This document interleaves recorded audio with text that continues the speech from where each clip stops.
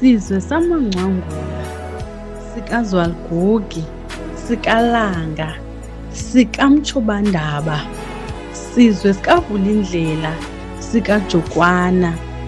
Ndivumeleni kaloku bantwana begazi elihle, ndazise ngovelwano olunzulu ngokushiywa nguButhembelani Langa, owalibona ilanga ngomhla we-10 kweyoMnga ngonyaka ka-1967.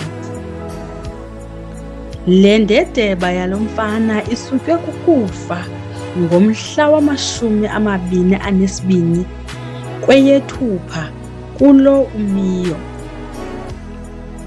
Uzobekwa kwindlu yakhe yokugqibela ngomhla wesi-4 kweyoMsintsi kulo uMeyo, kwilali yaseThombo eGqeberha kwidolophu yaseSajoniso.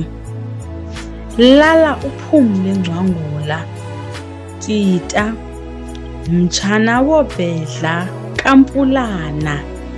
Umzamo omhle uwuzamile, sizohlala sikukhumbula.